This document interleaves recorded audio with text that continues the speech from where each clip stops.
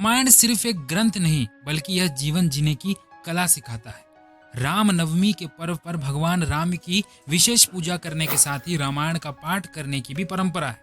पूरे रामायण ग्रंथ का पाठ एक दिन में करना मुश्किल है, इसलिए रामायण के सार का पाठ कर सकते हैं। रामायण के छोटे छोटे किस्सों को पाठ कर सकते हैं। राम जी की पूजा के साथ रामायण की सीख को जीवन में उतार लेंगे तो कई सारी समस्याएं दूर हो जाएंगी। यहाँ जानते हैं रामायण का एक ऐसा किस्सा जिसमें संदेश दिया गया है कि कभी भी अपने जीवन साथी की सलाह का अनादर नहीं करना चाहिए।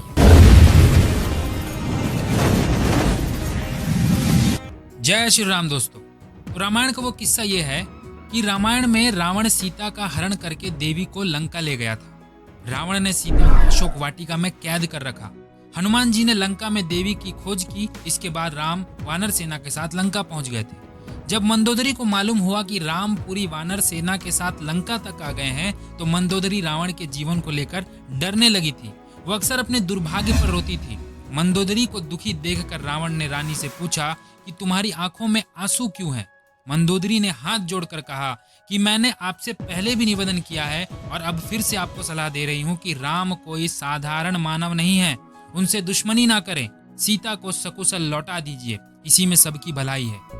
रावण ने मंदोदरी की यह सलाह नहीं मानी बल्कि उसका अपमान करते हुए कहता है कि तुम औरतों में 8 अवगुण होते हैं और ये 8 अवगुण हैं साहस, झूठ, चंचलता, छल, डरपोकपन, मूर्खता, अपवित्रता और निर्दयता। रावण की बात सुनकर मंदोदरी कहती है कि स्त्रियों का परिहास करके आप कोई बुद्धिमानी नहीं कर रहे हैं। राम लगातार आप पर विजय प्राप्त कर रहे हैं।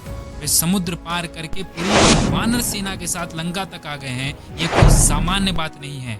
आप ये बात कब समझेंगे?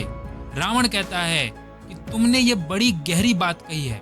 ऐसा कहकर तुम मेरे ही बल का बखान कर रही हो।